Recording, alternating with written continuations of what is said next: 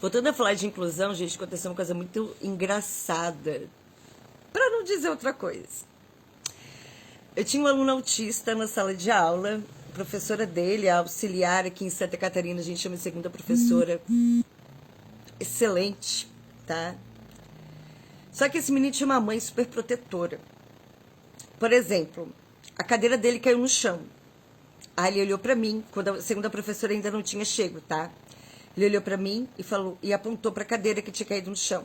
Aí eu olhei pra ele e falei, você pode pegar a cadeira e levantar. Aí ele ficou me olhando assim, quer que eu ajude? Aí ele disse não, ele pegou e levantou a cadeira. A mãe ficou brava comigo, porque eu tinha pedido pra ele levantar a cadeira, porque ele não conseguia. Ele conseguiu levantar a cadeira, ele levantou a cadeira.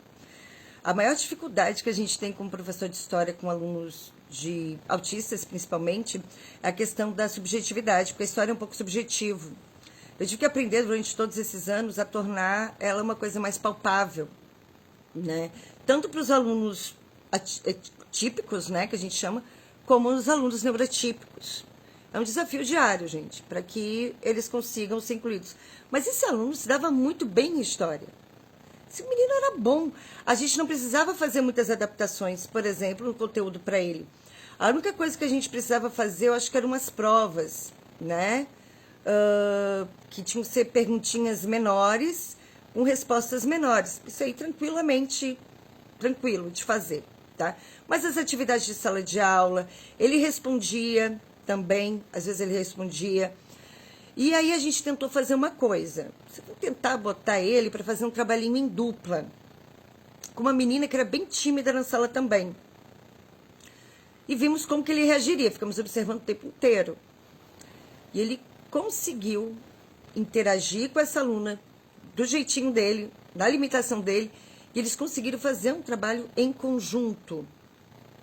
Eu achei aquilo incrível, eu falei, nossa, gente, que incrível. Ele conseguiu fazer o trabalho de dupla, porque ele tinha muita dificuldade de interação. Ele não ficou ansioso, ele não ficou nervoso, eu fiquei bem feliz com os resultados deles. Quando chegou o boletim, a mãe veio buscar o boletim. Eu toda feliz falando, né,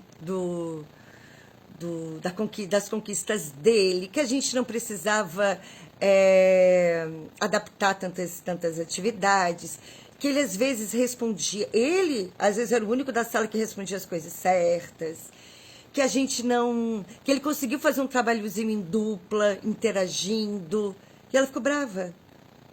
A mãe ficou brava, a mãe ficou fula da vida, a mãe gritou comigo, dizendo que eu não estava fazendo o meu trabalho corretamente. Eu falei, mas eu não estou falando para a senhora que ele está indo bem? Eu não estou falando para a senhora que ele está conseguindo fazer as atividades?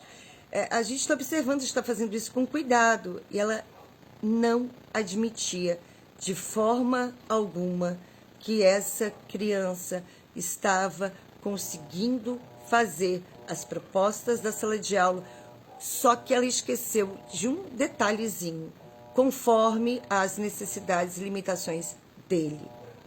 A impressão que eu tive da mãe é que eu tava falando que, tipo, o guri não tinha autismo. Entendeu? Ah, ele consegue acompanhar a turma muito bem. Ele consegue acompanhar a turma muito bem, conforme as limitações dele. E não, tipo, como se não fosse uma criança autista. Gente, essa mulher fez o inferno na minha vida de professora aquele ano inteiro, mas eu não desisti do aluno. Caiu a mochilinha, falava para ele o que ele tinha que fazer para pegar a mochilinha e colocar nas costas, oferecia ajuda. Ele, inclusive, fez até apresentação de sala de aula na frente de todo mundo. Demorou umas 4 aulas para ele conseguir fazer, mas ele conseguiu, ele ficou sorrindo depois, dava para ver o sorriso dele depois. E a mãe só... E eu, tipo, a gente tem que fazer o nosso trabalho de autonomia intelectual do aluno, conforme as necessidades dele. Quero saber se você já passou por alguma situação assim, de alguma mãe que já veio falar com você, que você disse que lá que o aluno estava né? Tava continuando, estava evoluindo, estava, enfim. E ela ficou brava com você e te xingou. Tchau, tchau.